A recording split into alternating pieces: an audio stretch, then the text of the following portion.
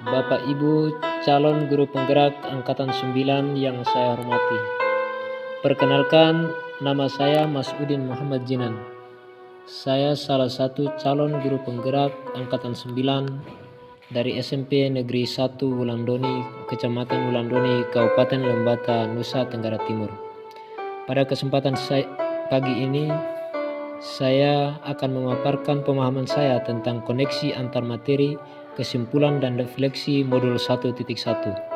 Selanjutnya saya akan merefleksi diri melalui 3 pertanyaan berikut.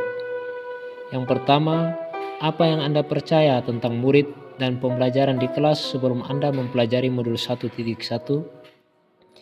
Sebelumnya saya mempelajari modul 1.1 mengenai refleksi pemikiran pendidikan Ki Hajar Dewantara. Saya mempunyai beberapa keyakinan bahwa pertama, kegiatan pembelajaran akan berhasil apabila guru lebih mendominasi dalam proses pembelajaran. Karena menurut saya, guru berfungsi sebagai subjek penyampaian ilmu pengetahuan. Yang kedua, saya meyakini kegiatan belajar yang efektif tercermin dari suasana yang hening, nilai yang bagus, rajin mengumpulkan tugas yang diberikan oleh guru. Yang ketiga, saya sering memaksakan agar anak menyelesaikan tugas atau kegiatan sampai selesai.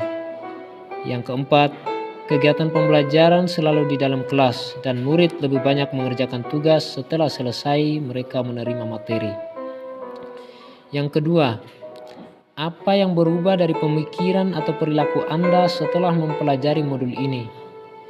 Setelah saya mempelajari modul ini, yakni modul tentang filosofi pendidikan Ki Hajar Dewantara, banyak pemahaman yang saya dapatkan.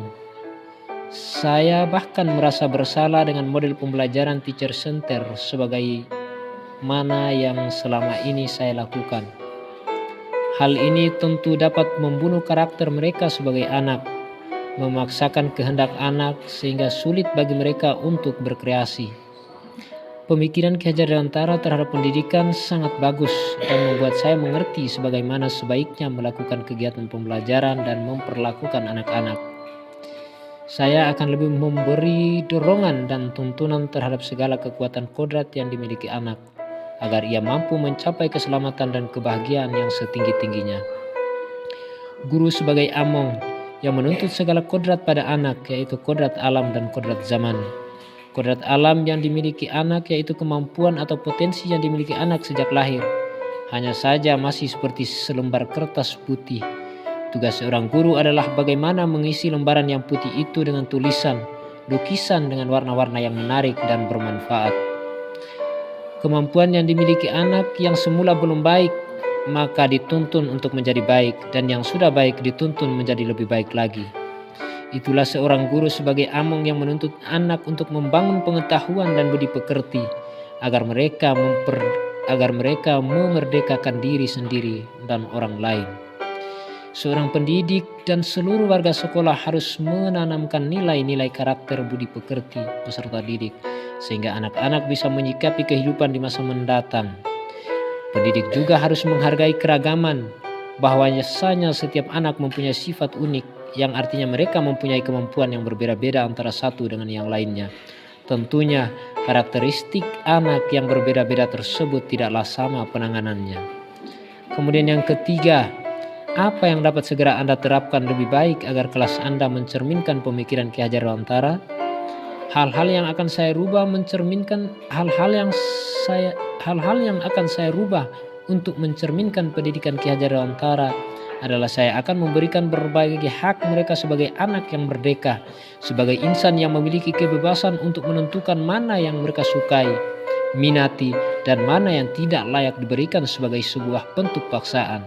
Saya akan memberikan tuntunan kepada setiap individu dari anak-anak didik saya untuk mereka mengekspresikan apa yang mereka inginkan, apa yang mereka butuhkan, dan apa yang mereka miliki untuk saya asah. Saya tuntun dan saya ayomi. Saya akan memberikan mereka memilih cara belajarnya sendiri. Akan memberi kebebasan pada anak untuk memilih kegiatan dalam belajar sesuai dengan minat dan kebutuhan anak. Saya tidak akan memaksa anak untuk mengerjakan suatu kegiatan sampai selesai dan baru bisa menilainya. karena kemampuan anak hanya bisa dilihat dari proses bukan hasilnya.